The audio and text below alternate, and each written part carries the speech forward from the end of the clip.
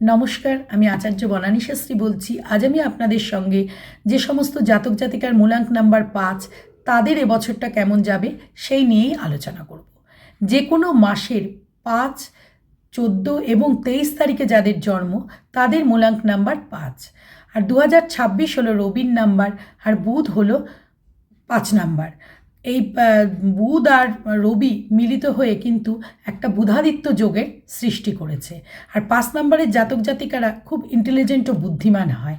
আর এই বুধাদিত্য যোগ কিন্তু খুব ভালো যোগ। ২০২৫ সালে কিন্তু অনেক কাজ আপনারা করতে পারেননি, প্ল্যান করেছিলেন, আপনাদের সাকসেস হয়নি। সেই সমস্ত কাজ কিন্তু এবছর আপনারা সাকসেস করতে পারবেন, এবং প্ল্যান করে কাজ করলে আপনারা অনেক দূর অগ্রসর হতে পারবেন। হুমসিকালি কোনো কাজ করবেন না। এবছর আপনাদের নতুন চাকরির সম্ভাবনা রয়েছে, নতুন প্রমোশনের যোগ রয়েছে। এমনকি যারা ব্যবসা করছেন তাদের ব্যবসাও আরও উন্নতির যোগ রয়েছে, আর নতুন ব্যবসাও কিন্তু শুরু করতে পারেন। এবছরে কিন্তু আপনাদের অনেক ঘুরতে যাওয়ার সম্ভাবনা রয়েছে, সেটা চাকরি সূত্রে হোক বা পড়াশুনোর ক্ষেত্রে হোক বা এমনিও ঘুরতে যেতে পারে। আর খাওয়ার ব্যাপারে কিন্তু আপনাদের একটু কন্ট্রোল করতে হবে, তা না হলে পরে কিন্তু হেলথের সমস্যা আসবে। এই ৫ নম্বরের জাতক জাতিরা কিন্তু খুব ভালো প্রেমিক হন।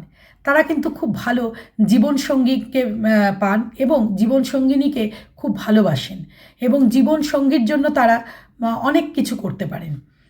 এদের মা, বাবা, ভাই, বোন, ছেলে, মেয়ে সবাইকে নিয়ে থাকতে ভালোবাসেন। সবাই মিলে আনন্দ ফুর্তি করে চলবে এবং ব্যালেন্স করে চলতে ভালোবাসেন। এরা কিন্তু ভালো ব্যবসায়ী হন এবং অনেক টাকা রোজগার করেন, কিন্তু সেই টাকা পয়সাগুলো কিন্তু নিজের জন্য এক পয়সাও খরচা করবে না, অন্যের জন্য খরচা করবে। ২০২৬ সাল যে সমস্ত জাতক জাতিকার মূলাঙ্ক নাম্বার ৫ তাদের খুব ভালো কাটবে, এবং যাতে আরও ভালো কাটুক সেটাই আমি কামনা করব। আর আমার এই ভিডিওটা যদি আপনাদের ভালো লেগে থাকে তাহলে পরে কিন্তু কমেন্টস করে জানাবেন, সাবস্ক্রাইব করবেন, শেয়ার করবেন এবং লাইক করতে কিন্তু ভুলবেন না।